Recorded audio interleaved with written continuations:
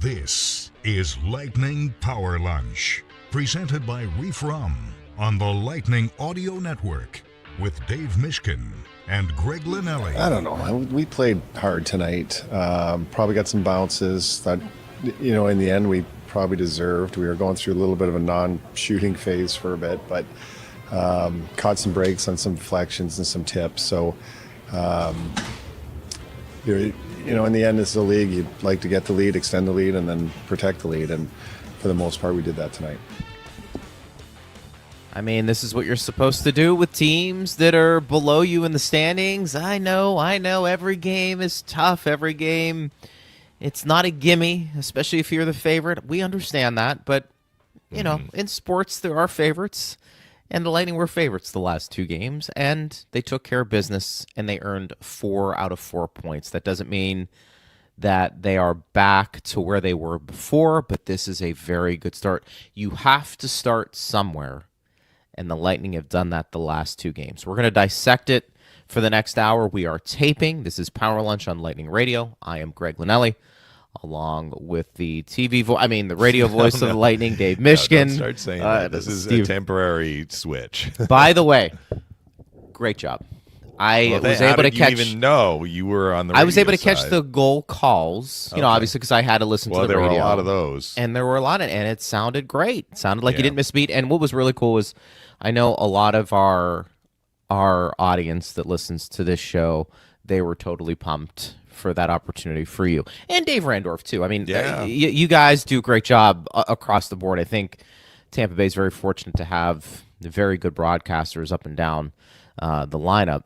But I think a lot of people were excited about it, and it sounded great. I'm curious, just, initial thoughts. Was it as smooth as it sounded? TV, radio, it is different, isn't it? Yeah, so the difference is you're getting on a bicycle that operates a little differently, but it's still a bicycle, right? You're still pedaling.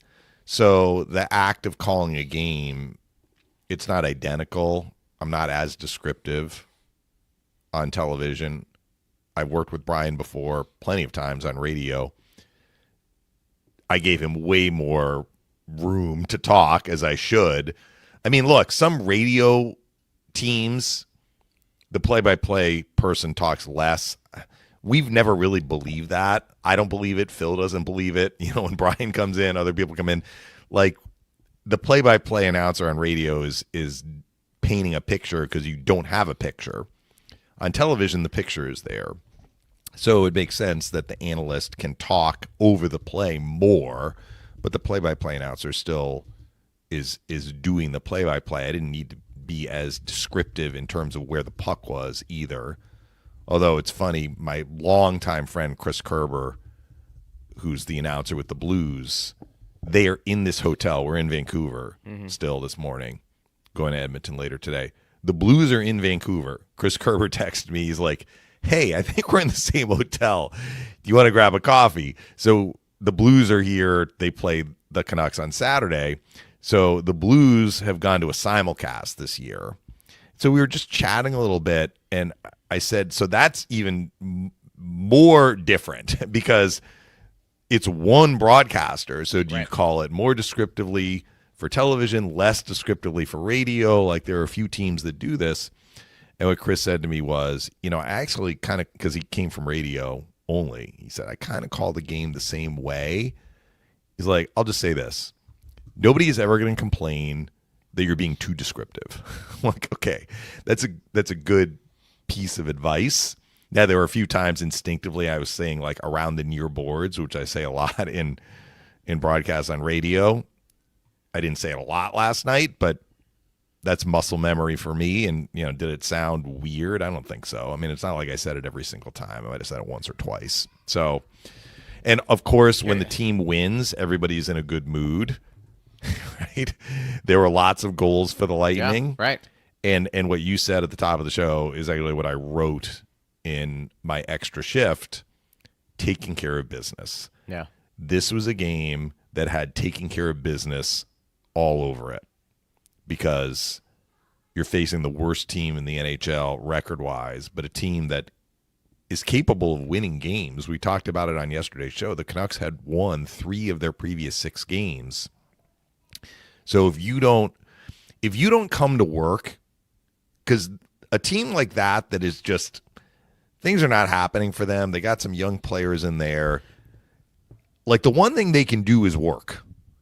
And I actually felt the Canucks had moments where they were trying very hard. And, the Lightning were a little lax at points. And, the Canucks had some looks. The Canucks had some zone time. The Canucks had some chances off the rush. But once the Lightning kind of got to a level where they were matching or exceeding that urgency level, and it's hard to maintain it for 60 minutes against the last place team when you get a big lead too. But when they did that, they were by far the better team. And that's kind of to your point. Like, they did take care of business. They had a lot of, when it wasn't 4-0, right? Or at the very beginning of the game, the Lightning had a couple of minutes where they were getting settled into the game. But for much of the rest of the game, the Lightning just dominated possession. It wasn't as dominant a performance as their Tuesday win in Seattle, which was more of the full 60, not the full 60, but more of the full 60. Last night, it was like they took their foot off the gas, maybe a little bit here, a little bit there. Vancouver pushed. At one point, the game became 4-2.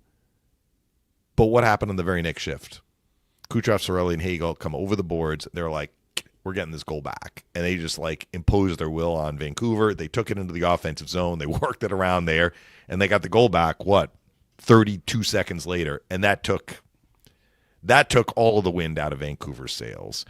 The Lightning were able to score goals in bunches and A/B goals after goals had been scored. So they did it in the second period where they scored a goal, and then they scored another goal soon after, and then they scored a third goal even sooner after.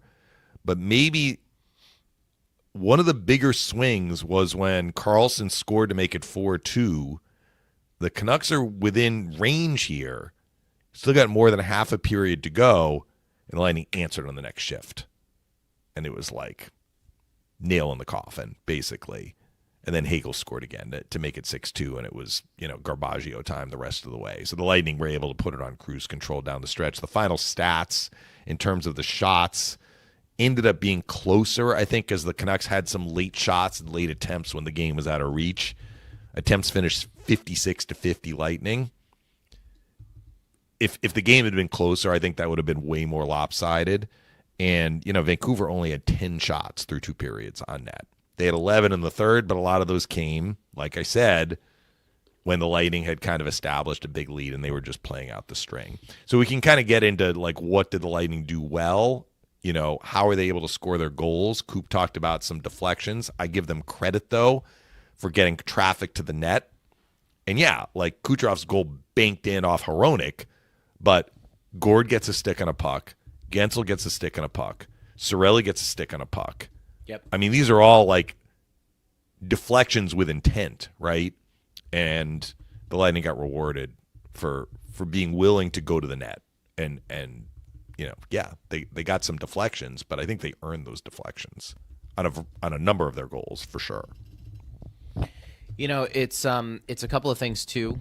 I like to take the big picture and then some of the intricacies we get into. Star players, again, performed well. Maybe they're supposed to in a game like this. Nikita Kucherov continues this onslaught of the National Hockey League, and it sets up a pretty interesting matchup individually. Yes, it does. On Saturday. I mean, David had 0 points last night because the Oilers got shut out by Florida. So very, very relevant. And whether we think that's legitimate or not in terms of the race between those two, or if you want to throw McKinnon in there, please do.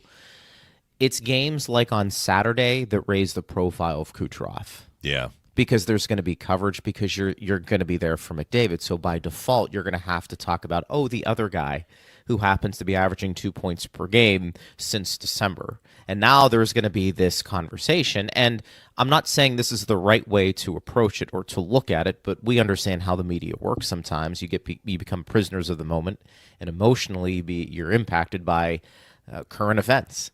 And Kucherov is on a heater, and he's been on a heater for quite some time. Mm-hmm. Now, if he has himself a game, and let's say McDavid is somewhat quiet, that's where you start to see maybe him take that leap above Connor McDavid in a couple of categories. It could be the scoring lead. It could be the race for MVP. Whatever that is, I don't think Kucherov puts pressure on himself in a moment like that, but I'm just pointing out the obvious that a game like Saturday could put his fingerprints all over where this is going to head the next 3 to 4 weeks if he has himself another game, because you're going to be on the platform now against the guy you're competing with. So that was pretty cool. It's kind of like when we talk about the goalie matchups. Yeah. Like the goalies are not competing against each other. The goalies are competing against the scorers on the other team. They're trying to stop the puck. But when we have like a marquee goalie matchup, it's like, is one goalie going to outduel the other? Yeah, Kucherov and McDavid are going to be on the ice probably at points at the same time, but they do play different positions. One is probably not going to be defending the other. Kucherov doesn't play penalty kill, and McDavid doesn't play penalty kill. So when their teams have a power play, there are going to be other players on the ice. But when you have two of the best players in the world going into the same game at this late date in the regular season, separated by a point for the scoring race, you know their competitive juices are going to be flowing. And I don't know what's going to happen. I just think both of these guys are going to come into it ready to play. Add to the fact, and we can get into this Edmonton team, the Oilers are coming off a home loss in which they didn't score a goal. We know how much they don't like the Panthers. The Panthers don't like the Oilers either. Right. They met in the Stanley Cup final the last 2 years. And Edmonton's playoff position is not secure. Brian and I were talking about this on the telecast last night because they showed the Eastern Conference standings, but then they showed the Western Conference standings. And it's such a weird Western Conference this year because in the Central Division, yeah, now there's a race between Dallas and Colorado.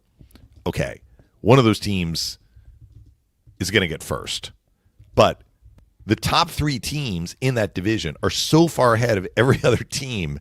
Like, it is locked in that it's going to be Colorado, Dallas, Minnesota. The question is which team is going to play Minnesota in the first round. In the Pacific, though, those three teams atop the Pacific, any of those three could miss the playoffs. And they're not really separated by that many points. I think it was three teams separated by a point going into the game last night. Anaheim, Edmonton, and Vegas. Vegas has been shut out in back-to-back home games. Shut out at home by Buffalo, and then shut out at home by Utah last night. They haven't scored a goal in 6 periods of play on home ice, which is usually a place where they do very, very well. The Kings are in the Pacific Division. The Kings moved into Wild Card 2. They are not that far behind those three teams. One of those three teams, or possibly two of those three teams, could theoretically miss the playoffs. This is a big, big game for the Edmonton Oilers. A big game. It's not a head-to-head within the division. I'm sure they're going to have lots of those down the stretch still. But as much as the Lightning have a lot at stake, and they do. I mean, we talked about they wanted to turn things around. It's been a good start to the road trip. I'm very, very glad that they got this game in the win column last night, because I do think it's going to be a challenging set this weekend. So now they've banked 4 points, right? Even if things don't go well over the weekend, you still come home 500 on the road trip. Maybe they lose both these games but get a point in overtime. You're going to meet Coop's standard of more points than games. Like, they set themselves up for a very good road trip, and they gained 4 points in the standings, which we talked about is very important. But Edmonton is in a way more precarious position than the Lightning. So just keep that in mind. You know, if you're a Lightning fan, if you're listening to the show or watching the show, we're presuming you're a Lightning fan. Like, keep in mind what the other team has at stake on Saturday. This is a huge game for Edmonton, aside from the whole McDavid Kucherov storyline, which is a very compelling storyline. So I think the Oilers are going to bring a lot of juice into this game for all of the reasons I just detailed. And the Lightning have to be ready to match it. I think that this scoring race storyline will get them amped up too. But we don't want to come out of the Saturday game saying the Lightning played like a team kind of satisfied from the first two games on the road trip. This is going to be the hardest game to this point on the road trip. I believe that. And then the Sunday game against a non-playoff team is going to be challenging for different reasons because of the travel and the short turnaround and everything else and playing a rested opponent. So we'll see. But yes, from a national perspective or league perspective, this is a great storyline heading into a primetime game, doubleheader on hockey night. That's why it's a later start, 10 o'clock Eastern. Kucherov and McDavid, It's 1 and 2 in the scoring race. Would you make... These are fun radio topics, but I think it's interesting considering Connor McDavid's situation in Edmonton and this notion that, he signs that, we'll call it a bridge deal, right? And, is going to be locked in long term. Partner, if they don't make the playoffs, that's a big deal. And I actually think that probably hurts the credibility more than anything, even though you and I know what more can McDavid do. This has always been about, I think, how are you surrounding him? Tristan Jarry gets traded for, doesn't do and now particularly he's not even playing. Connor Ingram's playing for them. Right. So this isn't a direct hit on McDavid, but people will look at it much like anybody who hasn't really won anything. It's going to be, Austin Matthews, and there's Connor McDavid. It was Nathan McKinnon for a little bit. But, if you don't get to the playoffs in the prime of your career, those things just don't you don't see that from a lot of superstars. You may have a bad first round. When would be the last time, Greg, that the two Stanley Cup finalists both missed the playoffs the next year? And we're talking about the last two Stanley Cup finalists. It's a great question. And how about this? In an era where there's a ton of parity, where that really shouldn't happen. Right. In other words, even if you have a bad year, you find a way to get in, like as the 8th seed. Yeah, I remember when the Devils won the Cup in the lockout shortened season of 94-95. That was kind of their first... remember 94, they lost to the Rangers in double overtime in Game 7. Does it count what the Devils did? Because was that hockey? No.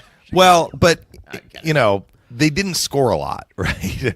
So they win the Cup in 95, and then they missed the playoffs the next year. The Lightning actually I think they knocked the Devils out. I wasn't with the Lightning at that time. But the Lightning got in. That was the Lightning's first playoff appearance. Sure. At the expense of the Devils. So it has happened before that the Cup champion, doesn't happen often, the Cup champion in one year misses the playoffs the next. Rare, but it has happened.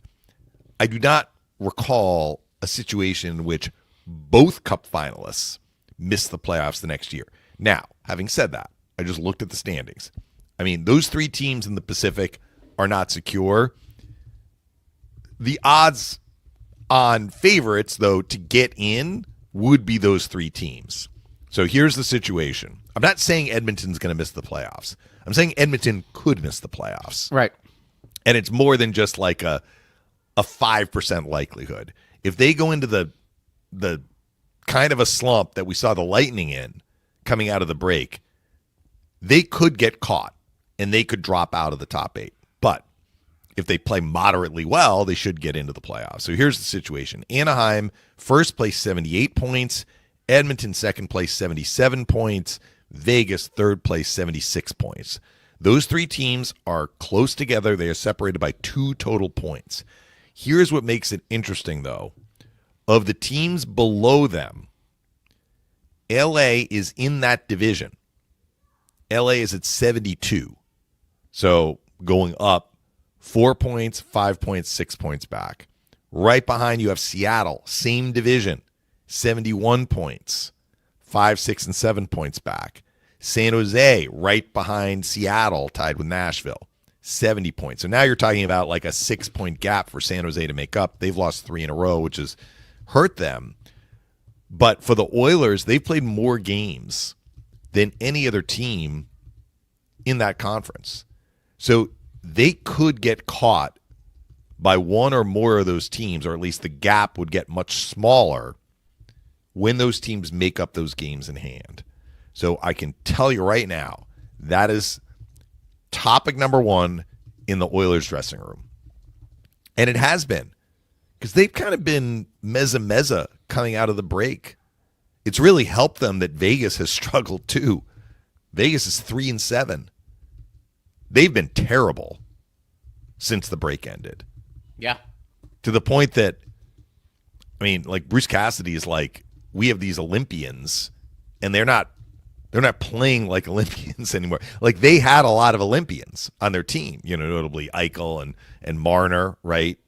Theodore, and I mean, there were more. I'm just saying off the top of my head. But I remember reading that comment. They started out east on a road trip, and they were losing badly, and now they've been shut out twice in a row at home. So things are volatile in the Pacific.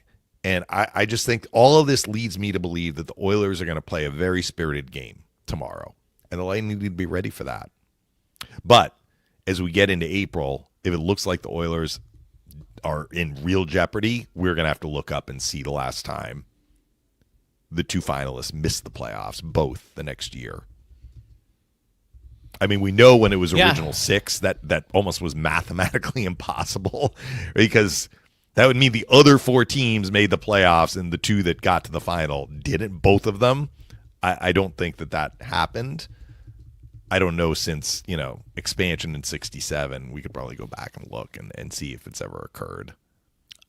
It's fascinating in many ways, because the only thing, in addition to the example that you just gave, that is somewhat maybe even in the stratosphere of something that would be shocking like that would be the Lightning when they lost in the first round to the Blue Jackets.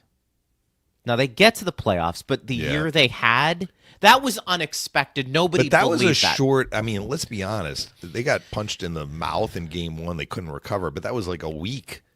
To miss the playoffs, I agree. have to be playing average to, let's just be honest, average to below average. But at least over 6 months. But at least as a fan, you can prepare yourself to say after 4 months, hey, this may be who we are.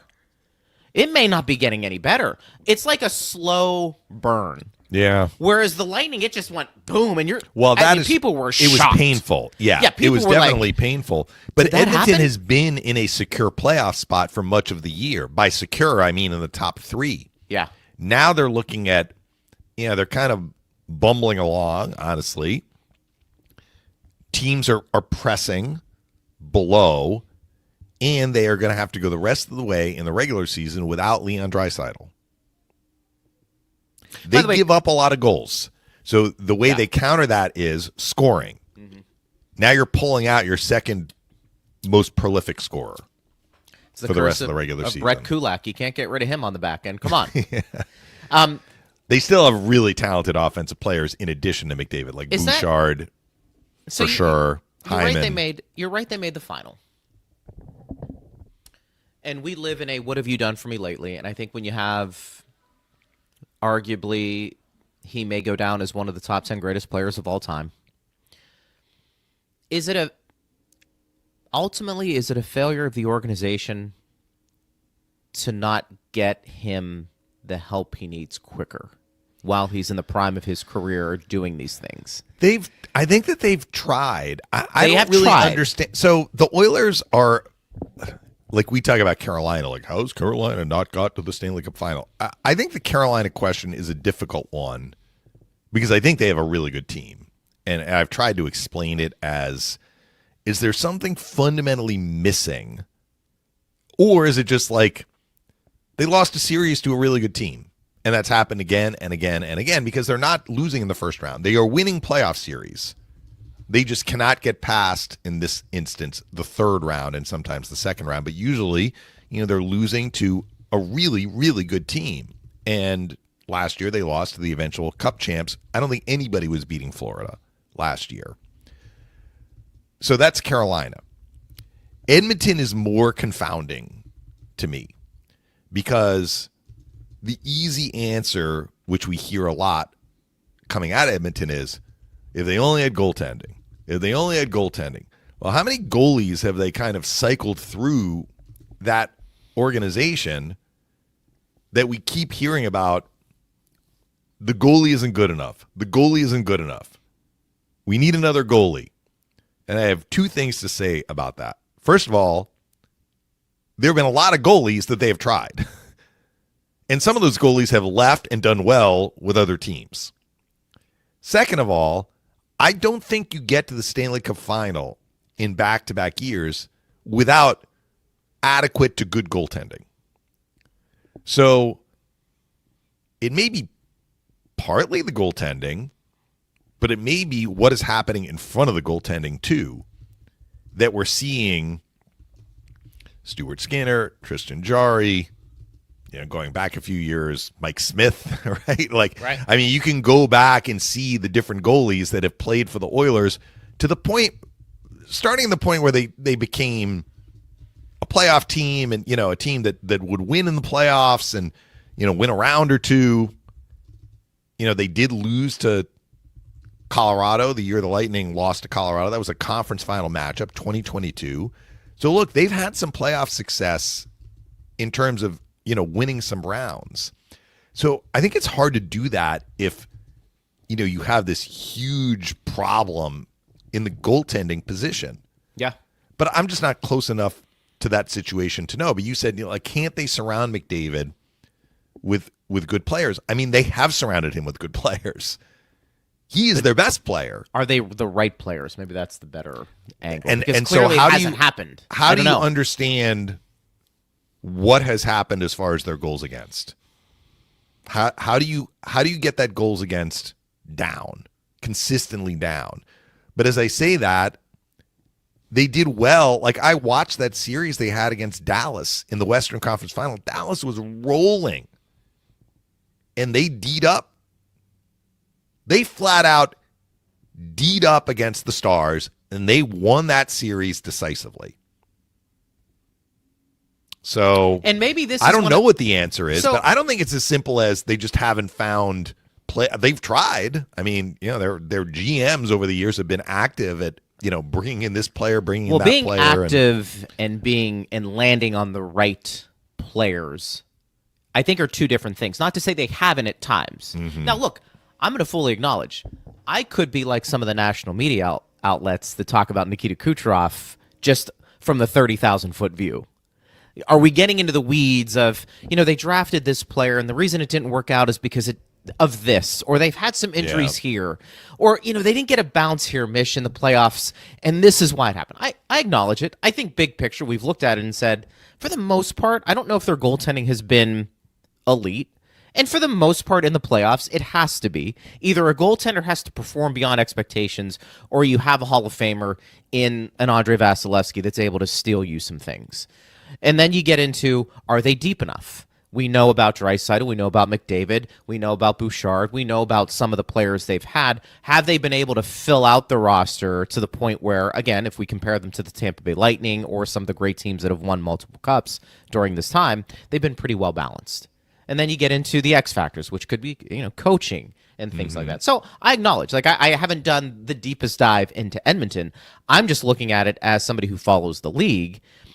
At some point, you're going to have to look at the Connor McDavid situation and probably Austin Matthews too. And maybe the Leafs did that a little bit with Mitch Marner, allowing that relationship to part ways, which I'm still, I don't know how you're a better team with Mitch Marner gone, right. But that's a topic for another show. Yeah, but it just goes to show you, probably bring it back here, a little bit more appreciation, maybe a lot more appreciation for what the Tampa Bay Lightning organization has done, because they have hit whatever the Lightning have done.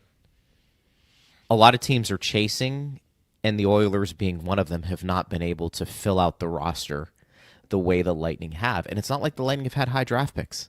Yeah. They've developed, they've drafted well, and they've allowed guys to stay with the team, the key ones, for an extended period of time. So a lot of things have to happen. We got to this because they're playing Edmonton on Saturday. Yes. There's a real chance Edmonton doesn't make the playoffs. There's a chance. I think there's a big greater story. chance they do make the playoffs, but there is that's fair. they are in a much shakier spot than they would like to be in at this point in the season. Well, let me ask you this. Who do you feel more comfortable making the playoffs, the Tampa Bay Lightning or the Edmonton Oilers? I mean, I still maintain, right? You can start looking at the top point total for, right now, the Islanders are in ninth. Columbus finally got into the top 8, and it took. They're in some crazy point streak, basically. They haven't lost a game in regulation since the first game out of the Olympic break. 7-0-3 in their last 10. So even when they've lost, they've gotten points. Yeah. But, when you look at the top point total for 9 and 10 right now, which is, 2 teams that played last night. Ottawa won in regulation. They scored late against the Islanders to win in regulation. So I think Ottawa's top point, like their max point total might be like 107. Yeah. And the Islanders might be like at 109. It's like, all right, the Lightning may not get to 107 and 109, but Ottawa and the Islanders are not both getting to that total either, and you're going to have teams playing each other. So that's why we're kind of saying, and we've been saying on the show, like, you get to 100 points, you should be fine. The Lightning are now at 88. It may not even take 100 points to get to wild card 2. The Oilers are in a much different position. They're on the wrong side of the games played metric, first of all. So what's going to happen when these other teams make up, these games in hand? They're not a lot of games in hand, but they're enough that, you may be looking at a point gap of maybe 2 or 3 between, second place in the division and ninth in the conference. That's not what they want. So they're probably saying we need some giddy up. We need to get going. And if you're McDavid, you're like, I'm the leader of this team. I need to put this team on my back. Leon's out for the rest of the regular season. We just got shut out at home by Florida. We need 2 points tonight. Mm-hmm. That's all I'm saying. The last thing I want to talk about with Edmonton, we can get back to last night's game. I want to get the Hedman being out. Yeah, there's some other stuff that happened. There we want to get into. So, like, this narrative of, like, the Oilers, like, there's something wrong, the chemistry of the team, the acquired players, are they the right players, the goaltending, the coach, this, that, and the other thing. It didn't happen. But if the Oilers had won Game 7 2 years ago, they lost 2-1. If they'd won that game 2-1, and they'd won the Stanley Cup, even if they would have lost last year, where I thought the Panthers, I know it was 2-2 after 4 games. The Oilers, like, pulled a rabbit out of the hat to win the 4th game, and the Panthers just basically, like, dominated games 5 and 6. The Panthers were by far, in my opinion, the more deserving team of winning that series just based on how the series went. The year before, the Oilers were right there. They lost the first 3, but they had a blowout win in Game 4. They had a solid win in Game 5. They had a solid win again in Game 6. They lose Game 7 2-1. If they had a cup, one cup in the McDavid column, would all of this talk not be prevalent right now? I think that's a fair question. The Lightning would have had those questions, especially after they got swept by Columbus, had they not won cups. Winning a cup matters to change kind of this narrative. Coming very, very close, doesn't stop the talk. And maybe it should. It doesn't. But I'm just saying, like, you're a goal away or flipping a goal away from winning the Stanley Cup. That is a razor-thin margin. So maybe there isn't anything wrong with the Edmonton Oilers in terms of how they've gone about their business. It's hard to win a Stanley Cup, right? Only one team can win the Stanley Cup. Now, this year, clearly, there are some big-time problems because they are not up anywhere in the vicinity of the top teams in the other division in their conference. So, again, a team's legacy, the way we view a team, is tied to getting that silver chalice, fairly or unfairly. And maybe it's fairly because, at the end of the day, it's about winning, right? It is. It's not horseshoes. Like, coming close doesn't cut it, right? Look, the NHL and leagues that have salary caps have made it challenging for teams who continue to be at the top to stay up there, because you constantly have teams nipping at you, and you can fall back to the pack pretty quickly if you have players depart for free agency. Real quick on that, by the way, I saw something. There was a report, I want to say it was either coming out of Sportsnet, TSN, that there are some teams who are concerned, and these are teams that may struggle to get to the ceiling of $130 million regarding the cap, which it's supposed to get to in the next couple of years.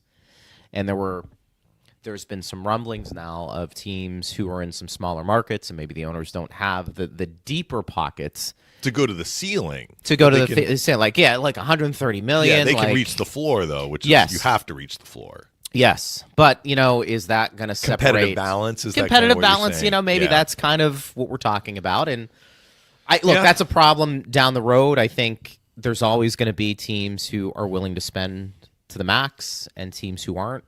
And this is going to get back to the conversations about drafting and developing. If you are an organization and you want to find a way, the quickest way or the most consistent way to stay competitive, I would be investing a lot of money into how I draft and develop players. And developing even more so than drafting, because the Lightning have shown the ability to develop even when they haven't had high draft picks. There's something in that DNA that they have within the organization that gets players who you've never heard of really exceed expectations.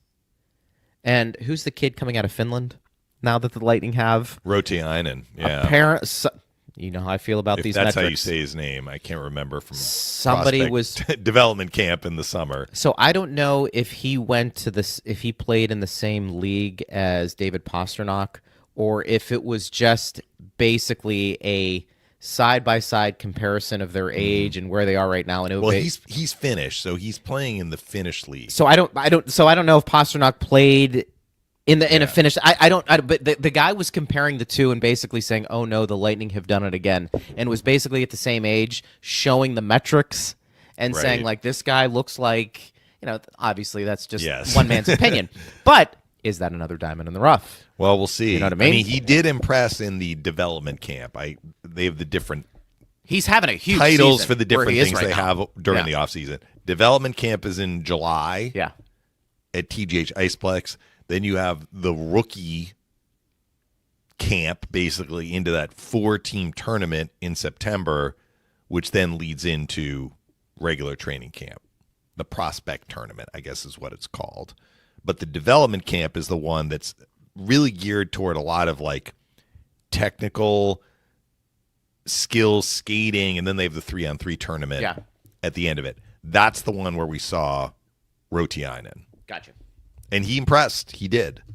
So apparently, now, he's having having said a monster that, season. a lot of other players impressed who have not. They've turned pro and they have not made a dent. Let's just say an impact with whatever team they are with. And that might be law of averages too. If you can get a couple of these guys to hit, you're thinking. And apparently, but if you're playing in a men's league in Europe, by men's I mean it's not like a junior league. He's playing among. It was like Barkov. Barkov played in Finland before he was drafted. He was playing among men. Now he's a big guy, even when he was 18. But to excel at 20 or whatever his age is in a league over there is not nothing. No. So, again, put a bow on this. I want to get back to the game. Yeah. There was that conversation if the cap does go up. Right. Some teams may be concerned. But like I said before, I think if you're a team in general, I think you should be doing this. But especially if you feel like the economics of the league may put you at a disadvantage in terms of signing free agents or even re-signing some of your star players to max deals, you need to be finding the best talent evaluators and then the people who can develop them. And I know that's super hard because if everybody could do it, they would be copying what the Lightning are doing. But to me, that's where I would say we've got to spend whatever we can spend to bring the people in, because that's going to give us a chance to be competitive. We might not always be the favorite every year, but to be competitive every year. And that's a big deal. People want hope. They don't want to go 3 years after going to a Stanley Cup final and being one of these fringe teams. You want to be somebody that gets into the dance every year and eventually you'll break down. You'll break the door down, and you'll figure it out, I believe. So we'll see how that plays out. The game last night, the other big piece of news, and we've been talking about this for a while, has been, Victor Hedman's play, and then part of that is he not playing well because he's not healthy? Don't know the answer to that question, but we do know he didn't finish the game last night. And so the question just for a lot of fans is, what's going on with Hetty? And is this something where if he needs to sit until the playoffs to get right, do you do that? Not with everybody, but an accomplished player like that, and say your health is more important than you playing at 75% the way you are playing with something. So he played the first period. I'm not sure if he pulled himself out before the first period ended. He only had 6 shifts in the first period, but for sure he didn't play at all in the second and the third. And post-game, Coop was asked about it, and he said, quote, he wasn't feeling well. And I think the follow-up question was, more illness than injury? And Coop said, yeah. He also said, I'll have more information for you tomorrow. Yeah. So this may be, based on that, it sounds like Coop was indicating it was illness-related, not injury-related. I certainly didn't see anything happen in the first period that would lead me to believe there was a play that resulted in an injury. So we'll just have to monitor the situation. Beyond that, I thought the Lightning did well with 5 defensemen. They've done it before, but, you are asking the 5 defensemen to play as a unit of 5 for 2 full periods. And it didn't seem to affect them adversely. So that was a good sign. It's going to be one of the intriguing elements of this Lightning team in terms of his play and his health. Yeah. And but, unfortunately, that's where we are. With the 5D. So here's the thing with Destu. Destu is a very dynamic player. Brian mentioned this early in the game because one of those counter chances that Vancouver got, Destu was up in the play. Like it was in the offensive zone and the guy got behind him. We saw that in the Buffalo game when Zucker scored. He flew the zone. So looking at Destu's year, certainly one of the things that the Lightning are probably going to ask him to hone is his awareness of, like, if somebody is leaving the offensive zone for the Lightning, to make sure that guy doesn't get behind him. That has happened with some regularity for him this year. Brian mentioned it on the telecast last night. I agree. That is really the only part of his game, though, that has not really clicked into place. And I'm giving him a little bit of a pass when he came back from the injury, and the Lightning were playing 7D, and he wasn't getting a regular shift. He was finding his way back to his pre-injury form. He has found that pre-injury form. So that is great news. Destu had another assist last night. It was on the first goal. He has a bomb. I would love to see him shoot the puck even more than he's shooting it. His instincts are great. They talk about his strong stick. Right. Like, he wins his puck battles. He makes a great first pass out of the defensive zone. We saw when he scored against Carolina. Like, he is aggressive about jumping up in the play. He can skate. And, down to 5D, he played a lot. Let me check his ice time. 22 minutes and 30 seconds. So, we talk about Raddysh as a guy who's like, when the Lightning gave him more, it seemed to help his game. I think Destu might kind of be the same way. I don't think that they want to play him like 25, 26 minutes a game. Not at this point anyway, and that might not ever work for a player like him. Very few defensemen can handle that. But I think playing regularly helps Destu, and he's back to where he was, let's just say, before his injury. Right. That was a very positive sign. I think Hagel and Cirelli have had their 2 best games since the break in the last 2 games. And it's not a coincidence that line has produced 20 points in the 2 games, including Kucherov, who has 8 of them. What do you But make of Cirelli has back-to-back 3-point games. He does. And Hagel had 6 points as well, because he had a 4-point game against Seattle and 2 points last night. They are rolling. Kucherov has been rolling, but you can see the pace of play for Hagel and Cirelli has picked up, and they have that. We know they have that dog on a bone mentality, but you're really seeing it. They're really getting in on the other team's defensemen or just players. They're wreaking havoc. When they get the puck, they're playing in a straight line. And so, like, how have the Lightning done it? I mean, yeah, they're not facing Carolina, right? They're not facing a first-place team. They faced the last-place team last night, and they faced a team that, has kind of been up and down this year, Seattle, but they decisively outplayed those two teams, and they're able to do it in part because, this top line, as it's called, although really the Lightning have kind of a 1A, 1B for the top six, but the quote-unquote top line with Kucherov, Cirelli, and Hagel have produced a ton of points. And I think one reason why is Cirelli and Hagel look like the players that we've seen for much of the year, but were not as noticeable coming out of the Olympic break. Those are a couple of observations from last night. I want to talk about Destu and Hagel and Cirelli. What do you make of the Cirelli and Hagel play? Is this, you just think, look, they're out of the little funk post, maybe, Olympic break, maybe, and I mean, this is how they play, so it's not like, oh my gosh, like, where did this come from? It's more like, where was this? Yeah, right. I mean, easy for me to say, but Hagel did go to the Olympics, and Cirelli was rehabbing an injury that was not an insignificant injury. For him to miss the Olympics, it was a significant injury. It's just he didn't miss a lot of games because he had the 3 weeks during the Olympics. So maybe it just took them a little bit to kind of get revved back up to speed. Maybe the tightening of the standings, helped them get dialed in more. But kind of what we've talked about on the show, like, assuming the Lightning get into the playoffs, there's a standard they're going to need to meet, a minimum standard that's a very high standard in a playoff series. Part of that standard includes Cirelli and Hagel playing the way that they are playing right now.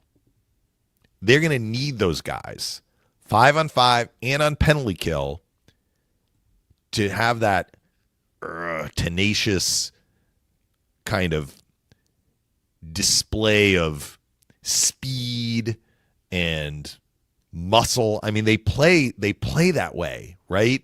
They're in on you. They make life hard on you. They play with pace. They go to the net. They're a pain when they are on the penalty kill and they get the puck. And we started to see more of that the last couple of games where they're attacking up ice. If you're a Lightning fan, that's what you want to see from them. Right. But that's what we've seen for much of their time together. That's why they were named to the Four Nations last year and why they were both named to Team Canada for the Olympics this year. That's how they play. That's how they're playing right now.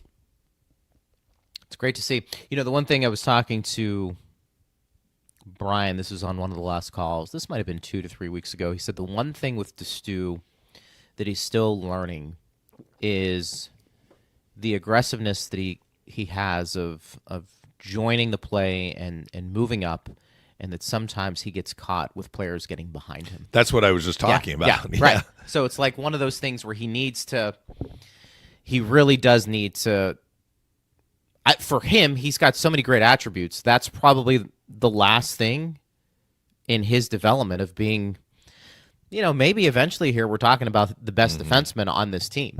It's an awareness question. I think that's it. I mean, I don't know if that's an easier thing to correct or a harder thing to correct. I've certainly, never been in those situations, but it's if we want to call it a mistake, it's a mistake of commission, not omission. That was one thing Guy Boucher used to talk about when he was, he came in 2010 and the Lightning were playing with like a lot of pace and energy. And he's like, if a guy makes a mistake, he's like, I want that guy to make a mistake of commission, not omission.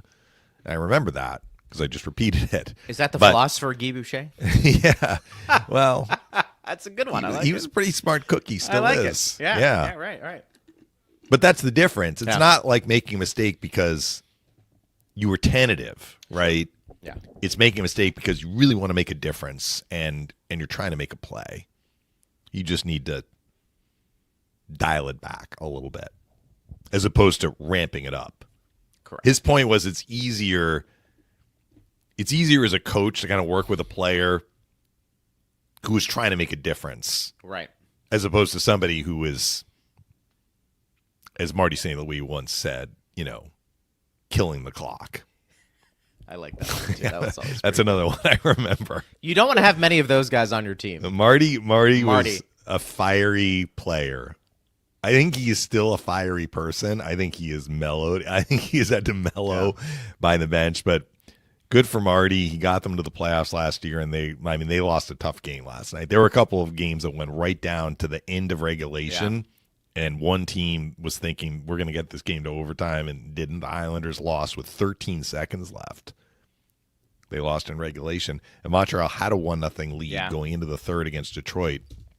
Gave the tying goal, and then I think it was DeBrincat scored the go-ahead goal in like the last 4 minutes, and then an empty netter, so it was 3-1. But Montreal's right there. I mean, Montreal is having another great year, so credit to Marty. Doing a fantastic job on the bench for the Canadians. I think it's interesting because I think it's fair to say players like Marty St. Louis, when you factor in his career and how successful he was, maybe even Rod Brind'Amour to a lesser extent, although I think Marty, would you say, had the higher pedigree as a player? But, I mean, Brind'Amour, you look at his stats, they're pretty incredible. Yeah. They're not Mario Lemieux or Wayne Gretzky, although, Gretz tried to do the coaching thing. But to be that successful as a player and then to translate it as a coach, that's hard to do. Mm-hmm. We don't see too many of that, do we? Guys who were, let's call them, Marty for sure was elite for a time period in the NHL. I think I remember hearing that, sometimes the coaches that do the best are the ones that, like John Cooper never played professional hockey. Played. Still waiting for that Netflix documentary. The ones that were more the plumbers kind of can jive with the plumbers, right? But they can also Craig coach Berube has had some success in the NHL, and he was an enforcer. Now, Rick Tocchet, was a great player. That's a good one. But, he wasn't in the Lemieux, he could play with Lemieux, but he had a range to his game where, he could check, he could fight, he could also score.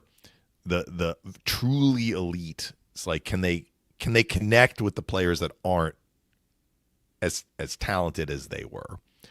I do remember, when Larry Bird coached, I heard a little bit about that. Yeah. And he was a pretty successful coach. He didn't coach the Celtics, but, I think he coached Indiana. They got to a final, I think, against the Bulls, I want to say. And he stepped away. I think it was just maybe not for him. It was time. I gave you a couple years. But, he's one of the greatest players ever, right? No doubt. And he was able to, work with players that just didn't have his ability and get them to reach their potential to the point that, the teams that he coached did very well. But not everyone can do it. No. Phil Jackson was a really good role player in the NBA, ends up being one of the best coaches in all of sports. And so that's typically what you see, and that's fine. But it was just more of an observation with Marty and the job he's doing. We make such a big deal about, pro experience and how successful you've been or haven't been, and it feels like, the great players really don't need to coach, because why would they? They've made so much money. They probably are like, I don't need this aggravation anymore. Yeah. So I get that. That's probably a part of it, but. Marty has it. Marty really has it in his blood. He does. He does. I think he might have gotten into coaching at the professional level sooner, but he wanted to, coach his kids, honestly. Yeah. He was coaching his kids.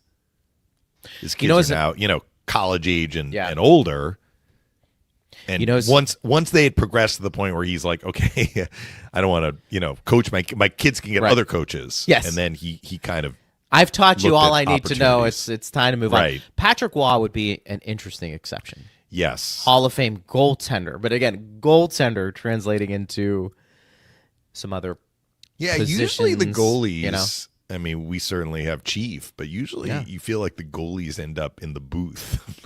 Not as much. Brian Boucher, Kevin Weeks, I mean, we've seen that. It's because they're Chico Resch in New Jersey. They're cerebral. Yes. As Chief would. Well, or they just say they're different, right? They're different. Would you but say why is an example of a goaltender, one of the best ever, who is a coach? Off the top of your head, would you say your partner for the radio is probably the most well-decorated, best decorated player doing color commentary? Off the top of your head? Still doing games now? Yeah. Like, I mean, Phil, I mean, again, we talk about this. I Say mean, what like you want. Gretzky's on the panel at TNT. Nah, that doesn't count. I'm talking That's about, like, different. Yeah. does games on a regular basis. I mean, again, it's more of like the role player is, there's the Phil Bork, or Brian Engblom had a long career, obviously. I mean, he almost hit 1,000. But, I mean, Brian wasn't Phil Esposito, right, in that category. I mean, that Phil is has done. Phil didn't. I mean, he did go to the broadcast booth, but Phil has done other stuff. Clearly, no doubt. He's been a GM. He's been a coach. He's founded a team. Look, Audubell is probably his greatest thing. Yes. The greatest Audubell spokesperson ever. What would be great is if somebody didn't know Phil and they went to, did you play? Hey, what's your background? What did you used to do? That would be pretty funny. And I think he takes that in stride, which is pretty good.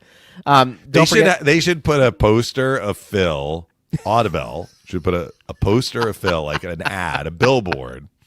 Phil with his Audubell hearing aids in his hand, and underneath is like, "What's wrong with you? You can't hear." By the way, Phil ad-libbed that commercial. I love it. The fans that listen to our game broadcast, they have heard this commercial, and it's been airing now for a couple of years. Phil's like, I did another one. They haven't played it. They haven't played it. He's like, I just ad-libbed that for 30 seconds. Yeah. I like what he says. You can't hear. I like what he goes, Hall of Famer here. It always makes me laugh. A little chuckle, which is great. Don't forget, enjoy some Reif Rum, smooth, versatile, and now pouring at Benchmark International Speaking of Arena. ad tags. Yes, that's right. Order a Tropical Wave or a Lightning Mule and taste why fans are switching. Reif Rum is a premium craft Florida local rum built on authenticity, quality, and easy drinkability. Ask for Reif Rum by name. Go Bolts. Enjoy responsibly. We didn't get our buddy Jack on.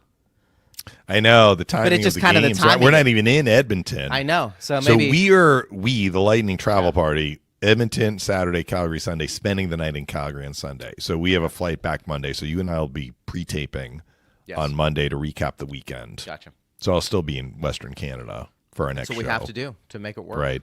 Then the Lightning have a 7-game homestand, and we can say 9 of the final 13 after this trip are at home. Yeah. Not a guarantee of success, but the Lightning will be almost done with their road schedule. Yep. Having said that, those last 4 games on the road are all within the division against 4 of the teams that are in contention to get into the playoffs. Yep. So that's going to be a huge road trip.